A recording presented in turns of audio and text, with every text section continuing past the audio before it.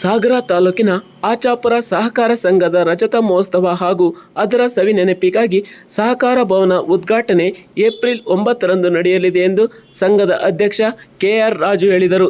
2001ರಲ್ಲಿ ಆರಂಭವಾದ ಈ ಸಂಸ್ಥೆಗೆ 25 ವರ್ಷ ತುಂಬಲಿದ್ದು, ಈ ಹಿನ್ನೆಲೆಯಲ್ಲಿ ರಜತ ಮಹೋತ್ಸವವನ್ನು ಹಮ್ಮಿಕೊಳ್ಳಲಾಗಿದೆ. ಕಾರ್ಯಕ್ರಮದ ಸಾನ್ನಿಧ್ಯವನ್ನು ಮುರುಘಾಮಠದ ಮಲ್ಲಿಕಾರ್ಜುನ ಮುರುಘರಾಜೇಂದ್ರ ಸ್ವಾಮೀಜಿ ವಹಿಸಲಿದ್ದು, ಶಿಕ್ಷಣ ಸಚಿವ ಮಧು ಬಂಗಾರಪ್ಪ ಉದ್ಘಾಟನೆ ಮಾಡಲಿದ್ದಾರೆ. 1,25,00,000 ವೆಚ್ಚದಲ್ಲಿ ಸ್ಥಾಪನೆಯಾದ ಸಹಕಾರ ಭವನವನ್ನು ಸಂಸದ BY ರಾಘವೇಂದ್ರ ಉದ್ಘಾಟನೆ ಮಾಡಲಿದ್ದಾರೆ.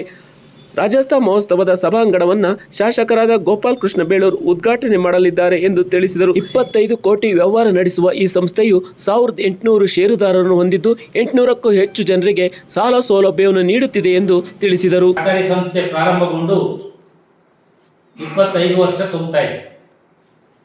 ಅದರ ಸವಿ ನೆನಪಿಗಾಗಿ ರಜತ ಮಹೋತ್ಸವ ಕಾರ್ಯಕ್ರಮವನ್ನು ನಾಳೆ ಬರುವ 9ನೇ ತಾರೀಕು ಏಪ್ರಿಲ್ 9ನೇ ತಾರೀಕು ಬುಧವಾರದಂದು ನೆರವೇರಿಸಬೇಕು. ರಜತ ಮಹೋತ್ಸವ ಸವಿ ನೆನಪಿಗಾಗಿ ಒಂದು ಐತಿಹಾಸಿಕ ಹಿನ್ನೆಲೆ ಇರುವ ಸಹಕಾರ ಭವನ ಎಂಬ ಹೆಸರನ್ನು ಈ ಸಂಸ್ಥೆಗೆ, ಈ ಕಟ್ಟಡಕ್ಕೆ, ನೂತನ ಕಟ್ಟಡಕ್ಕೆ ಇಟ್ಟು ಅದರ ಒಂದು ಉದ್ಘಾಟನೆಯನ್ನು ನೆರವೇರಿಸಬೇಕು ಅಂತೇಳಿ ಕಾರ್ಯಕ್ರಮವನ್ನು ರೂಪಿಸಿ ಸುಮಾರು 1,25,00,000 ರೂಪಾಯಿಗಳ ಅಂದಾಜು ವೆಚ್ಚದಲ್ಲಿ ಸುಂದರವಾಗಿರ್ತಕ್ಕಂಥ ಒಂದು ವಿಶೇಷವಾಗಿರ್ತಕ್ಕಂಥ ವಿಭಿನ್ನ ಶೈಲಿಯ ಸಹಕಾರ ಭವನವನ್ನು ಕಳೆದ 1.5 ವರ್ಷದಿಂದ ನಾವು ನಿರ್ಮಾಣವನ್ನು ಮಾಡ್ತಾ ಇದ್ದೀವಿ. ಅದರ ಉದ್ಘಾಟನೆ ನಾಳೆ 9ನೇ ತಾರೀಕು ಆಗ್ತಾ ಇರೋದು ಅತ್ಯಂತ ಹೆಮ್ಮೆಯ ಸಂಗತಿ. ತಾಲೂಕಿನ ಈ ಭಾಗದ ಸಹಕಾರಿಗಳ ಒಂದು ಹೆಮ್ಮೆಯ ಕೂಸಾಗಿ ಸಂಸ್ಥೆ ಬೆಳೆದು ಇವತ್ತು ನಾಡಿಗೆ ಸಮರ್ಪಣೆ ಆಗ್ತಾ ಇರ್ತಕ್ಕಂಥ ಸಹಕಾರಿ ಭವನದ ಉದ್ಘಾಟನೆ ರಜತ ಮಹೋತ್ಸವದೊಂದಿಗೆ ನೆರವೇರ್ತಾ ಇರೋದು ಅತ್ಯಂತ ಸಂತೋಷ. ಈ ಸಂದರ್ಭದಲ್ಲಿ ಅಧ್ಯಕ್ಷನಾಗಿ ಸಹಕಾರಿ ಸಂಸ್ಥೆಗೆ ದುಡಿದಂಥ ಇವರೆಲ್ಲರನ್ನು, ಎಲ್ಲ ಮಾನ್ಯರನ್ನ, ನನ್ನ ಸಹೋದ್ಯೋಗಿಗಳನ್ನ ನಾನು ಅತ್ಯಂತ ಕೃತಜ್ಞತಾ ಪೂರ್ವಕವಾಗಿ ಅಭಿನಂದನೆಯನ್ನು ಸಲ್ಲಿಸ್ತೇನೆ. ಬಂಧುಗಳೇ, 2000 ಇಸ್ವಿಗಿಂತ ಮೊದಲು ತಾಲೂಕಿನ ಒಂದು ಪ್ರತಿಷ್ಠಿತ ಸಂಸ್ಥೆ, ದೊಡ್ಡ ಪ್ರಮಾಣದ ಸಹಕಾರ ಸಂಘ ಆನಂದಪುರದ ಸಂಸ್ಥೆ ಮುಳುಗಡೆಯಾಗಿ ಹೋದಾಗ ಈ ಭಾಗದ ರೈತರಿಗೆ ಒಂದು ಹೊಸ ಆಶಾಕಿರಣವಾಗಿ ಈ ಸಂಸ್ಥೆಯನ್ನು ಕಟ್ಟಬೇಕು ಅನ್ನೋ ದೃಷ್ಟಿಯಿಂದ ಆಗಿನ ಕಾಲದ ನಮ್ಮ ಹಿರಿಯ ಸಹಕಾರಿಗಳೆಲ್ಲ ಸೇರಿ ಈ ಸಂಸ್ಥೆಯನ್ನು ಆಚಾಪುರದಲ್ಲಿ ಪ್ರಾರಂಭವನ್ನು ಮಾಡಿದೆ. ಇದಕ್ಕೆ ಸಹಕಾರವನ್ನು ನೀಡಿದಂಥವರು ನಾಡಿನ ಹೆಮ್ಮೆಯ ದಕ್ಷ ನಾಯಕರಾಗಿರ್ತಕ್ಕಂಥ ಕಾಗೋಡು ತಿಮ್ಮಪ್ಪಾಜಿಯವರು. ಅವರ ಒಂದು ಸಹಕಾರವನ್ನು ಪಡೆದು ಹಿರಿಯ ಸಹಕಾರಿಗಳು ಎಲ್ಲರೂ ಸೇರಿ ಈ ಸಂಸ್ಥೆಯನ್ನು ಬೆಳೆಸಿದ್ದಾರೆ, ಕಟ್ಟಿ ನಾಡಿಗೆ ಸಮರ್ಪಣೆಯನ್ನು ಮಾಡಿ 2001ರಲ್ಲಿ ಪ್ರಾರಂಭಗೊಂಡಂಥ ಈ ಸಂಸ್ಥೆಗೆ ಒಟ್ಟು 28 ಜನ ನಿರ್ದೇಶಕರು ಈ ಸಂಸ್ಥೆಗೆ ಸೇವೆಯನ್ನು ಸಲ್ಲಿಸಿದ್ದಾರೆ. ನಾವೆಲ್ಲರೂ ಸೇರಿ 4 ಜನ ಉಪಾಧ್ಯಕ್ಷರು ಈ ಸಂಸ್ಥೆಗೆ ಉಪಾಧ್ಯಕ್ಷರಾಗಿ ಸೇವೆಯನ್ನು ಸಲ್ಲಿಸಿದ್ದಾರೆ. ಕಳೆದ 25 ವರ್ಷಗಳಿಂದ ಈ ಸಂಸ್ಥೆಗೆ ಅಧ್ಯಕ್ಷರಾಗಿ ಸೇವೆ ಸಲ್ಲಿಸಿದಂಥವರು ಕೇವಲ 2 ಜನ ಮಾತ್ರ. ಎಡೆಹಳ್ಳಿಯ ಬಾಬು ಸಾಹೇಬರು 10 ವರ್ಷ ಅಧ್ಯಕ್ಷರಾಗಿದ್ದರೆ, KR ರಾಜು ಆದ ನಾನು ಜನರ ಒಂದು ಆಶೀರ್ವಾದದಿಂದ ಕಳೆದ 15 ವರ್ಷಗಳಿಂದ ಈ ಸಂಸ್ಥೆಯ ಅಧ್ಯಕ್ಷನಾಗಿ ಸೇವೆ ಸಲ್ಲಿಸ್ತಕ್ಕಂಥ ಒಂದು ಅವಕಾಶ ನನಗೆ ಈ ಭಾಗದ ಜನ ಮಾಡಿಕೊಟ್ಟಿದ್ದಾರಲ್ಲ, ಅದಕ್ಕಾಗಿ ನಾನು ಕೃತಜ್ಞತೆಯನ್ನು ಸಲ್ಲಿಸ್ತಾ ಇದ್ದೆ. ಜನರು ಅನೇಕ ನಿರೀಕ್ಷೆಗಳನ್ನು ಇಟ್ಟು ಈ ರಾಜು ಯಡಿಯೂರಪ್ಪನವರ ಆಪ್ತ ಸಹಾಯಕರಾಗಿ ಕೆಲಸವನ್ನು ನಿರ್ವಹಿಸ್ತಾ ಇದ್ದಾರೆ. ಈ ಭಾಗದ ರೈತರಿಗೆ ಏನಾದರೂ ಒಂದಿಷ್ಟು ಒಳ್ಳೆಯ ಕೆಲಸಗಳನ್ನು ಮಾಡಬಹುದು ಎನ್ನೋ ಒಂದು ನಿರೀಕ್ಷೆಯನ್ನು ಇಟ್ಟು ನನ್ನನ್ನು ಅಧ್ಯಕ್ಷನಾಗಿ ಮಾಡಿದ್ದು ನನಗೆ ಚೆನ್ನಾಗಿ ನೆನಪಿದೆ. ಅವರು ಕೊಟ್ಟಂಥ ಅಧಿಕಾರಕ್ಕೆ ಜನರ ಋಣವನ್ನು ತೀರಿಸಬೇಕು ಅನ್ನೋ ದೃಷ್ಟಿಯಿಂದ ಒಂದು 25 ವರ್ಷದ ಪ್ಲಾನನ್ನು ಮೊದಲು ನಾವು ಸಿದ್ಧಪಡಿಸಿಕೊಂಡ್ವಿ. ನಂತರ ಈ ಕಾರ್ಯಕ್ರಮವನ್ನು ಆಯೋಜನೆ ಮಾಡೋ ದೃಷ್ಟಿಯಿಂದ ಮುಂದಿನ 50 ವರ್ಷಗಳ ಒಂದು ಯೋಜನೆಯನ್ನು, ಕಾರ್ಯಸೂಚಿಯನ್ನು, ಒಂದು ಆ್ಯಕ್ಷನ್ ಪ್ಲಾನನ್ನು ರೆಡಿ ಮಾಡಿ ಕಳೆದ 12 ವರ್ಷಗಳ ಹಿಂದೆ ಅದನ್ನು ನಾವೊಂದು ಫ್ರೇಮ್ ವರ್ಕ್ ಮಾಡಿ ಇಟ್ಕೊಳ್ಳುವಂಥ ಪ್ರಾಮಾಣಿಕ ಪ್ರಯತ್ನವನ್ನು ಮಾಡಬೇಕಾಯಿತು. ನಾನು ಅಧ್ಯಕ್ಷನಾಗಿ ಆರಂಭದಲ್ಲಿ ಇಲ್ಲಿ ಅಧಿಕಾರವನ್ನು ಸ್ವೀಕರಿಸಿದಾಗ ಈ ಸಂಸ್ಥೆ ಕೇವಲ 37 ಲಕ್ಷ ರೂಪಾಯಿಗಳ ಒಂದು ಸಾಲವನ್ನು ಕೊಟ್ಟಂಥ ಸಂಸ್ಥೆಯಾಗಿತ್ತು. ಸುಮಾರು 140 ಜನರಿಗೆ ಸಾಲವನ್ನು ವಿತರಣೆ ಮಾಡ್ತಾ ಇತ್ತು. ನಂತರ ಈಗ ಈ ಸಂಸ್ಥೆ 25 ಕೋಟಿ ರೂಪಾಯಿಗಳ ಆರ್ಥಿಕ ವ್ಯವಹಾರವನ್ನು ನಡೆಸ್ತಾ ಇದೆ ಅನ್ನೋದು ನಮ್ಮೆಲ್ಲರ ಹೆಮ್ಮೆಯ ಸಂಗತಿ ಅಂತ ಹೇಳಿ ನಾನಾದರೂ ಕೂಡ ಭಾವಿಸ್ತೇನೆ. ಸುಮಾರು 1800 ಜನ ಷೇರುದಾರರನ್ನು ಹೊಂದಿರತಕ್ಕಂಥ ಈ ಸಂಸ್ಥೆ ಸುಮಾರು 800 ಜನರಿಗೂ ಹೆಚ್ಚು ಜನರಿಗೆ ಸಾಲದ ಸೌಲಭ್ಯವನ್ನು ನಾವು ಒದಗಿಸಿಕೊಡ್ತಾ ಇದ್ದೀವಿ. ಸರ್ಕಾರದ ಯೋಜನೆಯಂತೆ ಮತ್ತು ಮಹತ್ವಾಕಾಂಕ್ಷೆಯ ಯಡಿಯೂರಪ್ಪನವರ ಕನಸಾಗಿರ್ತಕ್ಕಂಥ 0% ಸಾಲದ ವಿತರಣೆಯಲ್ಲಿ ತಾಲೂಕಿನಲ್ಲಿ ಮುಂಚೂಣಿಯ ಸ್ಥಾನದಲ್ಲಿ ಇದೆ ಅನ್ನೋದು ಹೆಮ್ಮೆಯ ಸಂಗತಿ. ಈಗ ನಾವು ರೈತರಿಗೆ ಸುಮಾರು 8 ಕೋಟಿ ರೂಪಾಯಿಗಳ ಸಾಲದ ವಿತರಣೆಯನ್ನು ಮಾಡಿದ್ದೇವೆ.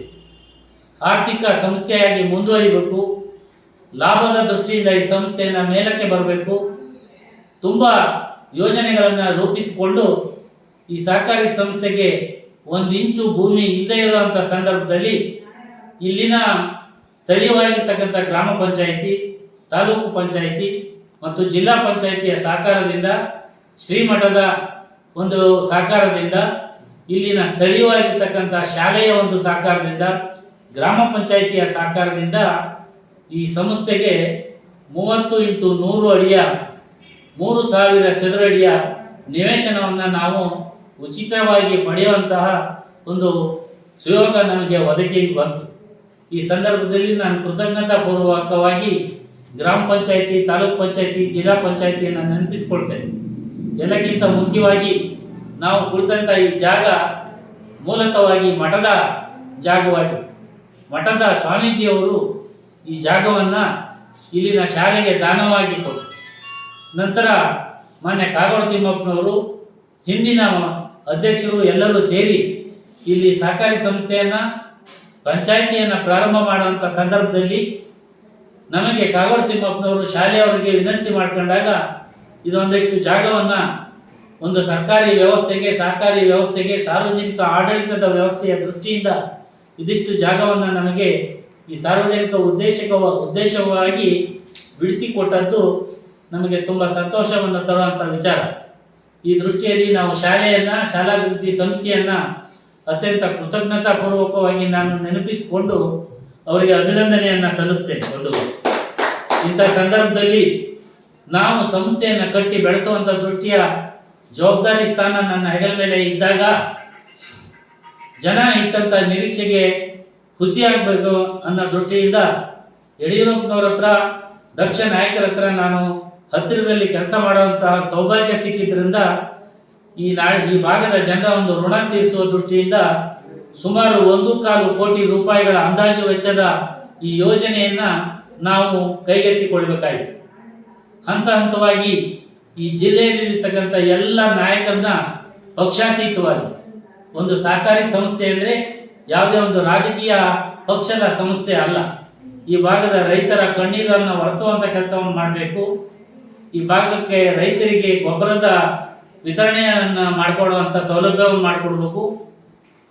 ಕಡಿಮೆ ಮಟ್ಟದಲ್ಲಿ, ಕಡಿಮೆ ಬೆಲೆಯಲ್ಲಿ ರೈತರಿಗೆ ಅನುಕೂಲ ಆಗುವಂತಹ ರೈತರ ಪರಿಕರಗಳನ್ನು, ಗೊಬ್ಬರ, ಇನ್ನಿತರ ಗುದ್ಲಿ, ಪಿಕಾಸಿ, ಟಾರ್ಪಲ್ಲು ಮುಂತಾದ ಅನೇಕ ವಸ್ತುಗಳನ್ನು ನಾವು ನಿಖರವಾದ ಬೆಲೆಗೆ ಹೆಚ್ಚು ಲಾಭವನ್ನು ಪಡೆಯದೇ ಇರುವಂತೆ ರೈತರಿಗೆ ಅನುಕೂಲ ಆಗುವ ದೃಷ್ಟಿಯಲ್ಲಿ ವಿತರಣೆ ಮಾಡೋ ದೃಷ್ಟಿಯಿಂದ ಮಾರಾಟ ವಿಭಾಗವನ್ನು ಪ್ರಾರಂಭಿಸಬೇಕು ಅಂತ ಹೇಳಿ ಈ ಕಚೇರಿಯ ಮುಂಭಾಗದಲ್ಲಿ ಮಾರಾಟ ವಿಭಾಗವನ್ನು ನಾವು ಮಾಡಬೇಕಾಯಿತು. ಆ ರೀತಿಯಲ್ಲಿ ಕಾರ್ಯಕ್ರಮವನ್ನು ಯೋಜಿಸಿದ್ವಿ. ನಂತರ ಕಚೇರಿಯ ಈ ಪ್ರಾಂಗಣದಲ್ಲಿ ನಾವು ಕುಳಿತಂಥ ಜಾಗದಲ್ಲಿ ನಾವು ಆಡಳಿತಾತ್ಮಕ ವ್ಯವಸ್ಥೆ, ಅತ್ಯಾಧುನಿಕ ತಂತ್ರಜ್ಞಾನವನ್ನು ಬಳಸಿ ಕಂಪ್ಯೂಟರೀಕರಣ ಹಾಗೂ ನಮಗೆ ಟ್ರೆಜರಿ ವ್ಯವಸ್ಥೆ ಮತ್ತು ಬೋರ್ಡ್ ಮೀಟಿಂಗ್, ಆಡಳಿತ ಮಂಡಳಿ ವ್ಯವಸ್ಥೆಗಾಗಿ ಈ ಜಾಗವನ್ನು ಮತ್ತು ಪಕ್ಕಕ್ಕೆ ಗೋಡನ್ನಿನ ಒಂದು ವ್ಯವಸ್ಥೆಯ 35 ಚದುರ ಅಡಿಯ ಒಂದು ವಿಸ್ತೀರ್ಣದ ಕಟ್ಟಡವನ್ನು ನಾವು ನಿರ್ಮಾಣವನ್ನು ಮಾಡುವಂತೆ ಕೈಗೆತ್ತಿಕೊಂಡ್ವಿ. ಮೇಲ್ಭಾಗದಲ್ಲಿ ಸಭೆ ಸಮಾರಂಭಗಳಿಗೆ ಅನುಕೂಲವಾಗುವ ದೃಷ್ಟಿಯಿಂದ ಸಹಕಾರಿ ಸಭೆಗಳು ಮತ್ತು ಇಲ್ಲಿ ನಡೆಯುವಂತಹ ನಮ್ಮ ಸರ್ವ ಸದಸ್ಯರ ಸಭೆಗೆ ಅನುಕೂಲ ಆಗುವ ದೃಷ್ಟಿಯಿಂದ ಒಂದು 500 ಜನ ಕುಳಿತು ಸಭೆಯನ್ನು ನಡೆಸಬೇಕು ಅನ್ನೋ ದೃಷ್ಟಿಯಿಂದ ಮೇಲ್ಭಾಗದಲ್ಲಿ 500 ಜನ ಕುರಿತು ಕಾರ್ಯಕ್ರಮವನ್ನು ವೀಕ್ಷಿಸಿ ನಡೆಸುವಂಥ ಒಂದು ಯೋಜನೆಯನ್ನು ಮಾಡಿ ಒಂದು ಸಭಾಂಗಣವನ್ನು ನಾವು ನಿರ್ಮಾಣ ಮಾಡುವಂಥ ಕೆಲಸವನ್ನು ಕೈಗೊಂಡು ಯಶಸ್ವಿಯಾಗಿದ್ದೇವೆ ಅಂತ ಹೇಳಿ ಅತ್ಯಂತ ಹರ್ಷದಿಂದ ನಾವು ಹೇಳ್ತೀವಿ. ಇಷ್ಟೆಲ್ಲ ಕಾರ್ಯಕ್ರಮಗಳು ಹೇಗೆ ನಡೆದವು? ಯೋಜನಾಬದ್ಧವಾಗಿರ್ತಕ್ಕಂಥ ಈ ಕಾರ್ಯಕ್ರಮವನ್ನು ಕಾರ್ಯರೂಪಕ್ಕೆ ತರಬೇಕಾದ್ರೆ ನಮಗೆ ಹಣದ ಅವಶ್ಯಕತೆ ತುಂಬ ಇದೆ. ಆ ದೃಷ್ಟಿಯಿಂದ ಹೇಗೆ ನಾವು ಹಣವನ್ನು ಹೊಂದಾಣಿಕೆ ಮಾಡಬೇಕು ಅನ್ನೋ ದೃಷ್ಟಿಯಿಂದ ನೋಡಿದಾಗ ಯಡಿಯೂರಪ್ಪನವರು ಮುಖ್ಯಮಂತ್ರಿ ಆಗಿರುವಂಥ ಸಂದರ್ಭದಲ್ಲಿ ನಮಗೆ ಕರ್ನಾಟಕ ನೀರಾವರಿ ನಿಗಮದಿಂದ ಮಾನ್ಯ ಹರ್ತಾಳ ಹಾಲಪ್ಪನವರು ಸಾಗರ ಕ್ಷೇತ್ರದ ಆಗಿದ್ದಾಗ ಅವರ ಒಂದು ಸಹಕಾರವನ್ನು ಪಡೆದು 40 ಲಕ್ಷ ರೂಪಾಯಿಗಳ ಅನುದಾನವನ್ನು ಕರ್ನಾಟಕ ನೀರಾವರಿ ನಿಗಮದಿಂದ ಪಡೆಯುವಂತಾಯಿತು. ಹಾಗೆಯೇ ಮಾನ್ಯ ಯಡಿಯೂರಪ್ಪನವರು ಸಂಸದರಾಗಿದ್ದಾಗ 4.5 ಲಕ್ಷ ರೂಪಾಯಿಗಳನ್ನ ಪಡೆದರು. ಮಾನ್ಯ ಶಾಸಕರಾಗಿರ್ತಕ್ಕಂಥ ಹರ್ತಾಳ ಹಾಲಪ್ಪನವರು ಸಾಗರ ಕ್ಷೇತ್ರದ ಶಾಸಕರಾಗಿದ್ದಾಗ 2 ಲಕ್ಷ ರೂಪಾಯಿಗಳ ಅನುದಾನವನ್ನು ಪಡೆದರು. ನಂತರ ನಮಗೆ ಇದೆಲ್ಲ ಕಾರ್ಯಕ್ರಮಕ್ಕೆ ಬೆನ್ನೆಲುಬಾಗಿ ನಿಂತು ಸಹಕಾರ ಮಾಡಿದಂಥವರು ನಮ್ಮ ನೆಚ್ಚಿನ ಸಂಸದರಾಗಿರ್ತಕ್ಕಂಥ BY ರಾಘವೇಂದ್ರರವರು. ಅವರನ್ನು ನಾವು ಮರೆಯುವ ಹಾಗೆ ಇಲ್ಲ. ಅವರು ಎಲ್ಲ ರೀತಿಯ ಸಹಕಾರವನ್ನು ನಮಗೆ ಕೊಟ್ಟಿದ್ದಾರೆ. ಅದಕ್ಕಾಗಿ ಅವರಿಗೂ ಕೂಡ ಅತ್ಯಂತ ಕೃತಜ್ಞತಾಪೂರ್ವಕವಾದ ಅಭಿನಂದನೆಗಳನ್ನ ಸಲ್ಲಿಸ್ತೇನೆ. ಅವರ ಒಂದು ಸಂಸತ್ ಸದಸ್ಯರ ನಿಧಿಯಿಂದ ನಮಗೆ 10 ಲಕ್ಷ ರೂಪಾಯಿಗಳ ಅನುದಾನವನ್ನು ಬಿಡುಗಡೆ ಮಾಡಿದೆ. ನಂತರ ನಾವೆಲ್ಲರೂ ಸೇರಿ ಸಾಗರ ಕ್ಷೇತ್ರದ ಈಗಿನ ಶಾಸಕರಾಗಿರ್ತಕ್ಕಂಥ ಬೇಳೂರು ಗೋಪಾಲಕೃಷ್ಣ ಅವರನ್ನು ಭೇಟಿ ಮಾಡಿದಾಗ ಅತ್ಯಂತ ಸಂತೋಷದಿಂದ ಪಕ್ಷಾತೀತವಾಗಿ ನಮ್ಮ ಕಾಮಗಾರಿಗಳನ್ನು ವೀಕ್ಷಣೆ ಮಾಡಿ ಸಂತೋಷವನ್ನು ಪಟ್ಟು ತತ್ಕ್ಷಣದಿಂದ ನಮಗೆ 10 ಲಕ್ಷ ರೂಪಾಯಿಗಳ ಅನುದಾನವನ್ನು ಬಿಡುಗಡೆ ಮಾಡಿದರು. ಒಟ್ಟಾಗಿ ಒಂದು 70 ಲಕ್ಷ ರೂಪಾಯಿಗಳ ಒಟ್ಟು ಅನುದಾನವನ್ನು ಸರ್ಕಾರದ ಅನುದಾನವನ್ನು ಪಡೆದಿದ್ದೇವೆ ಅಂತ ಅಂದರೆ ಇದು ಸಾಮಾನ್ಯದ ಸಂಗತಿ ಏನಲ್ಲ. ಇಡೀ ಶಿವಮೊಗ್ಗ ಜಿಲ್ಲೆಯಲ್ಲಿ ಯಾವುದೇ ಒಂದು ರೈತರ ಸಹಕಾರ ಸಂಘಕ್ಕೆ 50, 60, 70 ಲಕ್ಷ ರೂಪಾಯಿಗಳ ಅನುದಾನ ಎಲ್ಲಾದರೂ ಸಿಕ್ಕಿದ್ದರೆ ಅದು ಆಚಾಪುರದ ಸೊಸೈಟಿಗೆ ಅಂತ ಹೇಳಿ ಅತ್ಯಂತ ಹೆಮ್ಮೆಯಿಂದ ಹೇಳಲಿಕ್ಕೆ ಸಂತೋಷವಾಗ್ತಾ ಇದೆ. ಈ ಎಲ್ಲ ಕಾರ್ಯಕ್ರಮಗಳಿಗೆ ನಮಗೆ ದಿವ್ಯ ಸಾನ್ನಿಧ್ಯವನ್ನು ಒದಗಿಸಿಕೊಟ್ಟಂಥವರು ಈ ನಾಡಿನ ಹಿರಿಯ ಪೂಜ್ಯರಾಗಿರ್ತಕ್ಕಂಥ ಪಕ್ಕದ ನಮ್ಮ ಸಹಕಾರ ಸಂಸ್ಥೆಯ ಪಕ್ಕದಲ್ಲೇ ಇರ್ತಕ್ಕಂಥ ಆನಂದಪುರದ ಜಗದ್ಗುರು ಮುರುಘರಾಜೇಂದ್ರ ಮಹಾಸ್ವಾಮಿಗಳು, ಶ್ರೀ ಮಲ್ಲಿಕಾರ್ಜುನ ಮುರುಘರಾಜೇಂದ್ರ ಮಹಾಸ್ವಾಮಿಗಳು ನಮಗೆ ಈ ಸಂಸ್ಥೆಯ ಸದಸ್ಯರು ಕೂಡ ಆಗಿ ನಮ್ಮ ಷೇರುದಾರರು ಕೂಡ ಆಗಿ ಈ ನಮ್ಮ ಒಂದು ಹೆಗ್ಗಳಿಕೆ ಅಂತಂದರೆ 2 ಜನ ಸ್ವಾಮಿಗಳು ನಮ್ಮ ಸಂಸ್ಥೆಯ ಷೇರುದಾರರಾಗಿದ್ದಾರೆ. ಅವರು ಎಲ್ಲ ರೀತಿಯ ಮಾರ್ಗದರ್ಶನವನ್ನು ನೀಡಿ ಸ್ಥಳದ ಅವಕಾಶವನ್ನು ಮಾಡಿಕೊಡೋದ್ರ ಜೊತೆಗೆ ಸಂಸ್ಥೆಯ ಅಭಿವೃದ್ಧಿಯಲ್ಲಿ ಅತ್ಯುತ್ತಮವಾದ ಕೈ ಜೋಡಿಸಿ ಆಶೀರ್ವಾದವನ್ನು ನೀಡಿದ್ದಾರೆ. ಅಂಥ ಪೂಜ್ಯರ ಒಂದು ದಿವ್ಯ ಸಾನ್ನಿಧ್ಯ ನಾಳಿನ ಕಾರ್ಯಕ್ರಮ ಅವರ ಸಾನ್ನಿಧ್ಯದಲ್ಲಿ ನಡೀತಾ ಇದೆ.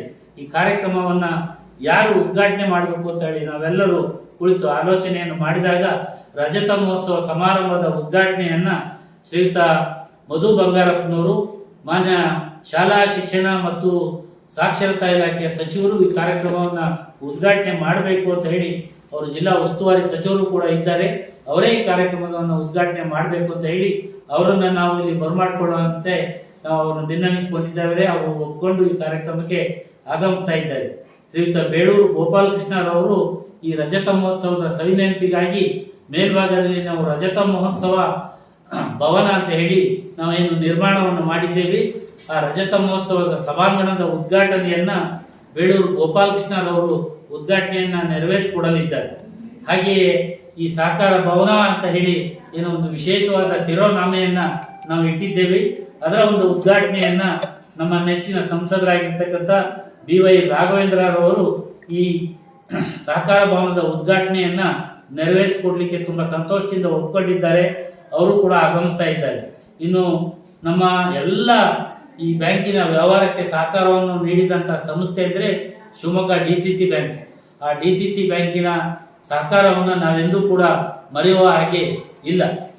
ನಮ್ಮ DCC ಬ್ಯಾಂಕಿನ ಅಧ್ಯಕ್ಷರು, ಮಲೆನಾಡು ಅಭಿವೃದ್ಧಿ ಪ್ರಾಧಿಕಾರದ ಅಧ್ಯಕ್ಷರು ಆಗಿರ್ತಕ್ಕಂಥ ಶ್ರೀಯುತ RM ಮಂಜುನಾಥ್ ಗೌಡರು ಈ ಕಾರ್ಯಕ್ರಮದ ಉಗ್ರಾಣ ಹಾಗೂ ನಮ್ಮ ಸಂಸ್ಥೆಯ ಗೋಡನನ್ನು ಉದ್ಘಾಟನೆ ಮಾಡಲಿಕ್ಕೆ ಅವರು ಸಂತೋಷದಿಂದ ಒಪ್ಪಿಕೊಂಡು ಅವರು ಕೂಡ ಆಗಮಿಸ್ತಾ ಇದ್ದಾರೆ ಅನ್ನೋದು ಹೆಮ್ಮೆಯ ಸಂಗತಿ. ಈ ಈ ಎಲ್ಲ ಕಾರ್ಯಕ್ರಮಗಳು ಸಂಸ್ಥೆಯ ಅಧ್ಯಕ್ಷನಾದ ನನ್ನ ನೇತೃತ್ವದಲ್ಲಿ KR ರಾಜು ಆದ ನನ್ನ ನೇತೃತ್ವದಲ್ಲಿ ನಡೀತಾ ಇರೋದ್ರಿಂದ ನಮಗೆ ಅಧ್ಯಕ್ಷ ಸ್ಥಾನವನ್ನು ನೀವೇ ಮಾಡಿಕೊಡ್ಬೇಕು ಅಂತ ನಮ್ಮೆಲ್ಲ ಹಿರಿಯರು ಒಪ್ಕೊಂಡ ಹೇಳಿದ ಒಂದು ಅವರ ಆದೇಶದ ಪ್ರಕಾರ ಸಂಸ್ಥೆಯ ಅಧ್ಯಕ್ಷನಾಗಿ ಈ ನಾಳೆ ಎಲ್ಲ ಕಾರ್ಯಕ್ರಮಗಳು ನನ್ನ ಅಧ್ಯಕ್ಷತೆಯಲ್ಲಿ ನಡೀತಾ ಇರೋದು ನನ್ನ ಸೌಭಾಗ್ಯ ಅಂತ ಹೇಳಿ ನಾನು ತಿಳ್ಕೊಂಡಿದ್ದೇನೆ. ಸಾಲದವರಿಗಾಗಿ ಯಶಸ್ವಿನಿ ಯೋಜನೆಯನ್ನು ಜಾರಿಗೊಳಿಸಿದ್ದೀವಿ. ಅತ್ಯಂತ ಪರಿಣಾಮಕಾರಿಯಾಗಿ ಯಶಸ್ವಿನಿ ಯೋಜನೆಯ ಕಾರ್ಯಕ್ರಮವನ್ನು ಜಾರಿಗೊಳಿಸುವಂಥದ್ದನ್ನ ಪ್ರಾಮಾಣಿಕವಾಗಿ ನಮ್ಮ ಸಂಸ್ಥೆಯ ಸಿಬ್ಬಂದಿಯವರು ಕೆಲಸ ಮಾಡಿ ಏನು ಈ ಸಂಸ್ಥೆಯ ಷೇರುದಾರರಿದ್ದಾರೆ ಅವರೆಲ್ಲರಿಗೂ ಕೂಡ ಸರ್ಕಾರದ ಯೋಜನೆ ಯಶಸ್ವಿನಿ ಯೋಜನೆ ಆರೋಗ್ಯ ವಿಮೆಯನ್ನು ಒದಗಿಸಿಕೊಡುವಂಥದ್ದು, ಬೆಳೆ ಸಾಲವನ್ನು ಕೊಡೋದ್ರ ಜೊತೆಗೆ ಉಚಿತವಾಗಿ ಅವರಿಗೆ ಬಡ್ಡಿ ರಹಿತ ಸಾಲ 3 ಲಕ್ಷದವರೆಗೆ ಈಗಾಗಲೇ ನಾವು ಕೊಡ್ತಾ ಇದ್ದೇವೆ. ಸರ್ಕಾರ ಅದು 5 ಲಕ್ಷಕ್ಕೆ ಏರಿಸಿದೆ. ಅದು ಇನ್ನು ಜಾರಿಗೆ ಬರಬೇಕಾಗಿದೆ.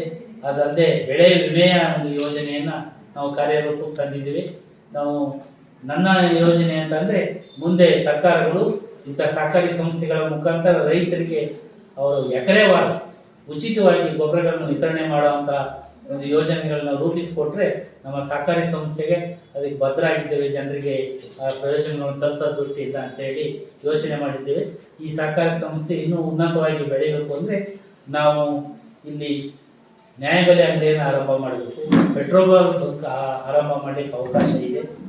ಉಳಿದಂತೆ ರೈತರಿಗೆ ರೈತ ಪರಿಕರಗಳನ್ನ ನ್ಯಾಯವಾದ ಬೆಲೆಯಲ್ಲಿ ಕೊಡೋದಕ್ಕೆ, ಅದಲ್ಲದೆ ಇಲ್ಲೆಲ್ಲ ಅಡಿಕೆಯನ್ನು ಅವಲಂಬಿಸಿದಂಥ ರೈತರು ಹೆಚ್ಚು ಸಂಖ್ಯೆಯಲ್ಲಿ ಇರೋದ್ರಿಂದ ಅಡಿಕೆಯ ಕೊಳೆ ರೋಗಕ್ಕೆ ಅನುಕೂಲ ಆಗೋ ದೃಷ್ಟಿಯಿಂದ ಕೊಳೆ ರೋಗಕ್ಕೆ ಸಿಂಪಡಣೆ ಮಾಡೋಂಥ ತುತ್ತ, ಸುಣ್ಣ, ರಾಳ ಇನ್ನಿತರ ವಸ್ತುಗಳನ್ನು ಅತ್ಯಂತ ನಿಖರವಾದ ಬೆಲೆಗೆ ಹೆಚ್ಚು ಲಾಭವನ್ನು ನಿರೀಕ್ಷಣೆ ಮಾಡದೆ ಮಾರಾಟ ಮಾಡಬೇಕು ಅನ್ನೋ ದೃಷ್ಟಿಯಿಂದ ಹೀಗೆ ಸಂಸ್ಥೆಗೆ ನಿರಂತರವಾಗಿ ಬರಬೇಕು. ಈ ಸಹಕಾರಿ ಸಂಸ್ಥೆ ಬ್ಯಾಂಕ್ ಆಗಿ ಪರಿವರ್ತನೆಗೊಳ್ಳಬೇಕು ಅನ್ನೋದು ನಮ್ಮೆಲ್ಲರ ಅಭಿಲಾಷೆ ಇದೆ. ಕೆಲವು ವರ್ಷದಲ್ಲಿ ಇಲ್ಲೆಲ್ಲೂ ಕೂಡ ಈ ಗ್ರಾಮ ಪಂಚಾಯತಿ ವ್ಯಾಪ್ತಿಯಲ್ಲಿ ಬ್ಯಾಂಕು ಕೂಡ ಇಲ್ಲ. ಆ ದೃಷ್ಟಿಯಿಂದ ಪ್ರತಿನಿತ್ಯ ಜನಗಳು ಬರೋದು ಹೋಗೋದು ತಮ್ಮ ಆರ್ಥಿಕ ವ್ಯವಹಾರಗಳನ್ನ ಈ ಸಂಸ್ಥೆಯ ಮುಖಾಂತರ ಮಾಡಬೇಕು. ರಾಷ್ಟ್ರೀಕೃತ ಬ್ಯಾಂಕ್ಗಳಲ್ಲಿ ಸಾಲಗಳನ್ನು ಪಡೆಯದೆ ಇಲ್ಲಿ 0% ಪಡೆಯುವಂಥ ಸಾಲವನ್ನು ಎಲ್ಲವಾಗಿ ಸುತ್ತಮುತ್ತಲಿನ ರೈತರು ಪ್ರತಿಯೊಬ್ಬರು ಈ ಸಾಲಕ್ಕೆ ಬಂದು ಸಾಲವನ್ನು ಪಡಿಬೇಕು ಅನ್ನೋದು ನಮ್ಮೆಲ್ಲರ ಅಭಿಲಾಷೆ. ಅದರ ಜೊತೆಗೆ ನಾವು ಹೇಳುವಂಥದ್ದು ರೈತ ನಿಜವಾಗಲೇ ನಿರಂತರವಾಗಿ ಈ ಸಂಸ್ಥೆಯ ಒಂದು ಸಂಪರ್ಕವನ್ನು ಇಟ್ಕೊಳ್ಬೇಕು ಅನ್ನೋದು ನಮ್ಮೆಲ್ಲರ ಭಾವನೆ. ಆ ದೃಷ್ಟಿಯಿಂದ ನಾವು ಕಟ್ಟಿ ಬೆಳೆದಂತಹ ಈ ಸಂಸ್ಥೆಯನ್ನು ಹುಟ್ಟು ಹಾಕಿದಂತಹ ಸಹಕಾರಿ ಪಿತಾಮಹ ಏನು ಸಿದ್ದನಗೌಡ ಪಾಟೀಲ್ ಇದ್ದಾರೆ, ಅವರ ಆಸೆಯನ್ನು ನೆರವೇರಿಸಬೇಕು ಅಂತಂದರೆ ನಮ್ಮ ಹಿರಿಯರು ಹಾಕಿಕೊಟ್ಟಂಥ ಮಾರ್ಗದರ್ಶನ ಏನು ಈಗಾಗಲೇ 4-6 ಹೆಸರುಗಳನ್ನ ಹೇಳಿದ್ದೇನೆ. ಅವರಿಗೂ ಕೂಡ ನಮ್ಮ ಕಟ್ಟಿ ಬೆಳೆಸಿದಂಥ ನಾವು ನೆಟ್ಟಂತಹ ಒಂದು ಈ ಗಿಡ ಇವತ್ತು ಆಲದ ಮರವಾಗಿ ಬೆಳೆದಿದೆ. ಅದನ್ನು ಒಳ್ಳೆ ರೀತಿ ಈ ಸಂಸ್ಥೆ ಆಗಿದೆ ಅನ್ನೋದು ನನಗೆ ಹೆಮ್ಮೆ ಅಂತ ಹೇಳಿ ಅನ್ನಿಸ್ತಾ ಇದೆ.